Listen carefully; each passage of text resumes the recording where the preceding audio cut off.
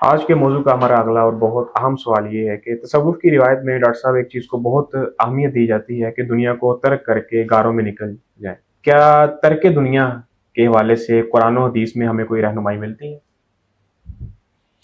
قرآن حدیث میں آپ کو جو ملے گا وہ آپ کو یہ پتہ چلے گا کہ ایک بندہ مومن کو دنیا کے اندر کس طرح زندگی بسر کرنی ہے. باپ کی حیثیت سے زندگی اس کی کس طرح کی ہوگی، بیٹے کی حیثیت سے اس کے کیا فرائض ہوں گے، ایک بیوی کی حیثیت سے، ایک شوہر کی حیثیت سے اس کے کیا حقوق و فرائض ہیں، ٹھیک ہے نا. ایک معاشرے کا ایک فرد کی حیثیت اس کے اوپر کیا ہے، اگر وہ حاکم بنتا ہے تو پھر اس کی کیا ڈیوٹیاں ہیں. یعنی آپ کو کوئی ایسا سفر ملتا ہی نہیں کہ کوئی کسی ایسے بندے کے لیے بھی شریعت نے کوئی تعلیم دی ہے کہ کوئی دنیا ترک کرے تو وہ اس کے لیے کیا قواعد و ضوابط ہیں، کیا اس کے لیے اخلاقیات ہیں دنیا ترک کرنے کی. یعنی نہ آپ کو حدیث میں ملے گا نہ قرآن میں ملے گا. یعنی بندوں کے اندر رہتے ہوئے، دنیا کے اندر رہتے ہوئے، کاروبار دنیا چلاتے ہوئے آپ نے زندگی کس طرح بسر کرنی، یہ تو آپ کو ساری ہدایات مل جائیں گی، لیکن وہ نہیں ملے گا. اسلام قبول کرنے سے پہلے کچھ صحابہ کرام کے بارے میں ملتا ہے کہ جن کا رجحان تصوف کی طرف تھا، جس طرح عثمان بن مظعون رضی اللہ عنہ یا ابو ذر غفاری رضی اللہ عنہ کے بارے میں ملتا ہے، یا اور بھی کچھ ایسے صحابہ تھے جن کے ذہن میں پہلے تھا کہ میں ترک دنیا راہب بن جاؤں. یعنی وہ رہبانیت سے متاثر تھے، عیسائیت کے اندر جو چلی آ رہی تھی کہ ہم بھی کوئی اسی طرح کا ہی، یعنی اپنی طرح سے وہ بھی حق کی تلاش میں تھے کہ شاید اس طریقے سے ہم رب کو راضی کر لیں. لیکن جب رسول اللہ صلی اللہ علیہ وسلم بعثیت رسول آ گئے، انہوں نے اپنی اس خواہش کا اظہار کیا تو آپ نے ان کو صاف کہہ دیا کہ اسلام کے اندر روحانیت نہیں ہے. ٹھیک ہے نا. اس طرح ایک واقعہ ملتا ہے کہ 3 اشخاص آئے ہیں، انہوں نے آ کے عائشہ رضی اللہ عنہا سے پوچھا کہ آپ ہمیں رسول اللہ صلی اللہ علیہ وسلم کے معمولات زندگی بتائیں. یعنی آپ عبادت کتنی کرتے ہیں، گھر میں کیا کرتے ہیں، اور کیا کیا آپ کی مصروفیات ہیں. انہوں نے جو آپ کا شیڈول تھا وہ سارا بتا دیا. تو انہوں نے آپ وہیں پہ کھڑے فیصلہ کیا کہ بھی وہ تو اللہ کے رسول بھی ہیں اور تہجد بھی پڑھتے ہیں، شادیاں بھی کی ہوئی ہیں، باقی بھی سارے کام کر رہے ہیں، تو ہم تو ان کے برابر نہیں پہنچ سکتے. بالکل. تو لہذا ایک نے کہا کہ بھی میں تو شادی نہیں کروں گا، صرف اللہ کی عبادت کے لیے اپنے آپ کو وقف کر لوں گا. دوسرا کہنے لگا کہ میں تو ہمیشہ روزے ہی رکھوں گا، کبھی روزہ نہیں چھوڑوں گا، ساری زندگی روزے ہی رکھتا رہوں گا. تو تیسرے نے بھی اسی طرح کا، تیسرے نے کہا کہ میں ہمیشہ شب بیداری کروں گا، میں کبھی بھی سوؤں گا ہی نہیں، ہمیشہ ڈیلی تہجد ساری رات پڑھوں گا.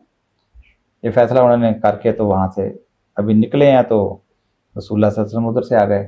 آپ نے دیکھا کہ یہ گھر کی طرف سے گئے ہیں تو ادھر عائشہ رضی اللہ عنہا نے بھی بتا دیا کہ یہ فلاں فلاں آئے تھے اور یہ سوالات کیے، میں نے جواب دیے تو یہ فیصلہ کر دیا، یہاں سے نکل گئے. آپ نے فوری طور پر ان کو بلوایا تو ان سے پوچھا کہ کیا آپ نے یہ باتیں کی ہیں؟ انہوں نے کہا بالکل یا رسول اللہ ہم نے کی ہیں، اور اس لیے کی ہیں کہ ابھی ہم تو آپ کے برابر نہیں ہو سکتے. اللہ تعالیٰ نے تو آپ کی پچھلی اور آئندہ کی بھی خطائیں جو ہیں وہ معاف کر دی ہیں پہلے سے، پھر اس کے باوجود آپ اللہ کے رسول بھی ہیں اور اتنی عبادت بھی کر رہے ہیں سارا، تو ہم تو آپ جتنی کبھی بھی عبادت وغیرہ نہیں کر سکتے، تو اس لیے ہم نے یہ فیصلہ کیا ہے.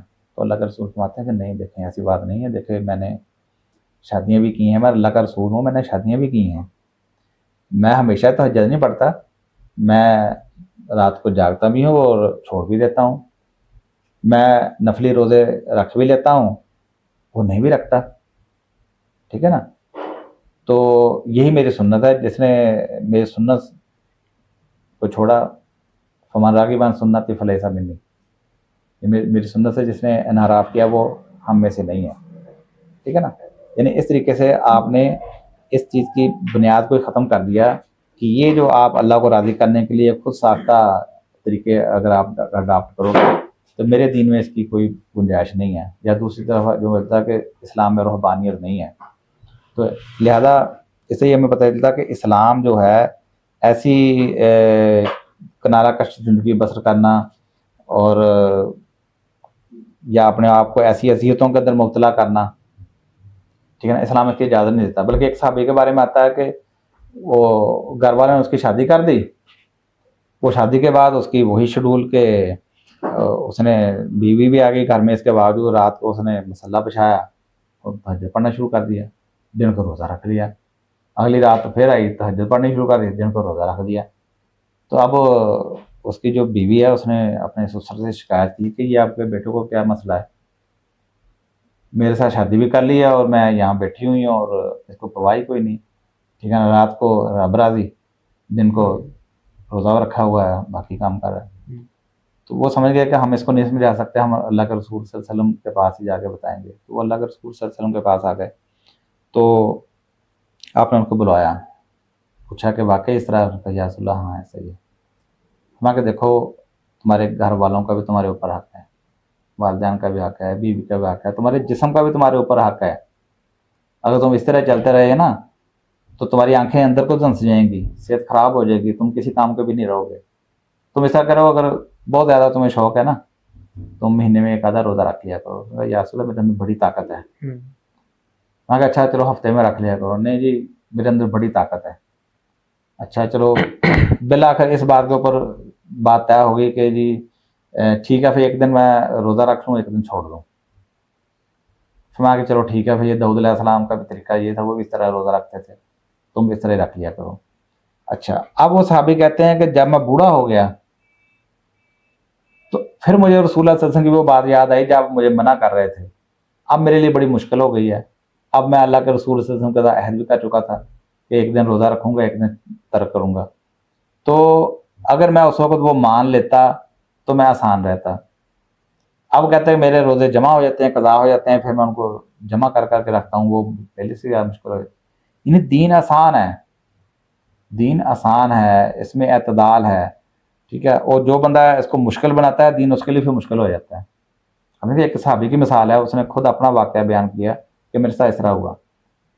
تو لہٰذا اسلام میں ایسا تصوف، ایسی روحانیت، ایسا ترک دنیا، ایسی اذیت ناک عبادت وغیرہ کا اسلام میں تصور نہیں ہے۔ خود اللہ تعالیٰ جہاں عبادتیں فرض کر رہا ہے وہاں اللہ تعالیٰ فرماتا ہے یرید اللہ بکم اليسر ولا یرید بکم العسر۔ اللہ تعالیٰ تمہارے لیے آسانی چاہتا ہے، مشکل نہیں چاہتا، ٹھیک ہے نا۔